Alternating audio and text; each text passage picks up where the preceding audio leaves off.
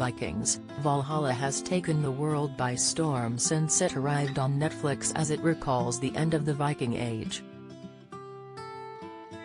The drama acts as a sequel to the original Amazon Prime Video series, which is also inspired by real historical events. An expert in this time period spoke exclusively to Express. Co.uk about Queen Emma of Normandy, played by Laura Berlin, and her history. What happened to Queen Emma of Normandy? Vikings, Valhalla has received plenty of praise for featuring a plethora of powerful female characters. Main protagonist Freyja Sarasdottir, Frida Gustafsson, and leader of Kattegat Jarl Håkon, Caroline Henderson, are just two of the inspirational women in the series. Another female hero is Queen Emma, who is young, ambitious and is able to hold her own.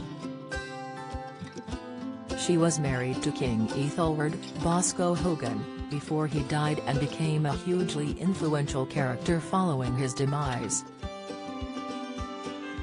The sharp leader went on to marry King Canute, Bradley Freegard, and she deceived his previous wife Elfdefu, Pollyanna McIntosh, as part of a risky power struggle. She was last seen revealing to Elfdefu that her husband's ships were no longer under her control. As for what happened to the real Queen Emma, Professor Claire Downham from the University of Liverpool explained all to Express. Co.uk. She said, Emma was born in the late 10th century. She was the daughter of Richard Count of Rouen, and therefore the sister of Richard Duke of Normandy.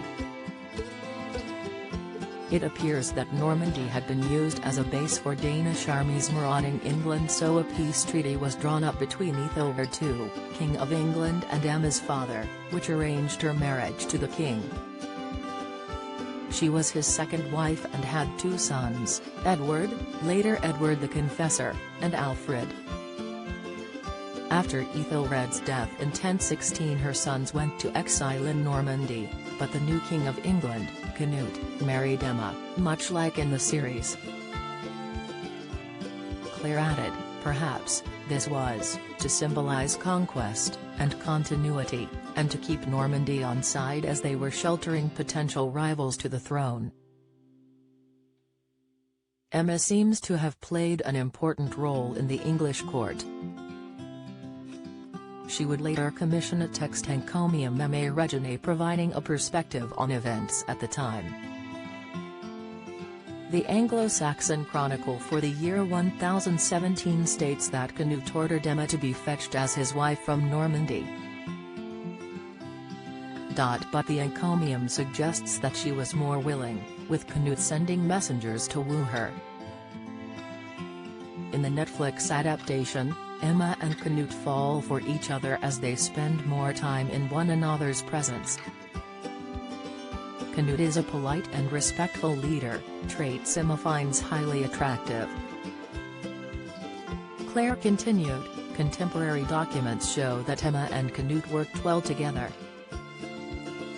After Cnut's death, Emma championed the cause of their son Harthacnut, and when he failed to hold England, she may have made overtures to her sons of her first marriage in exile in Normandy. Her son, Alfred, was killed in an invasion attempt. Harthacnut briefly returned to power with Emma's support, but his reign was unpopular and her other son Edward the Confessor came to power when Harthacnut died in 1042.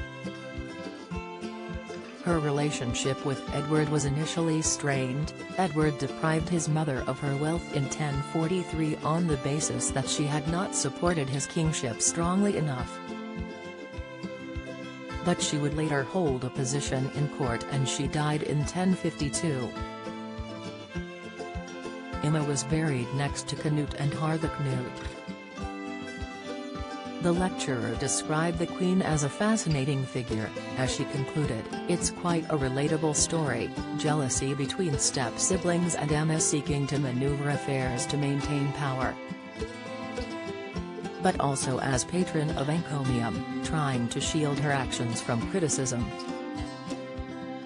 She seems to have been an able queen.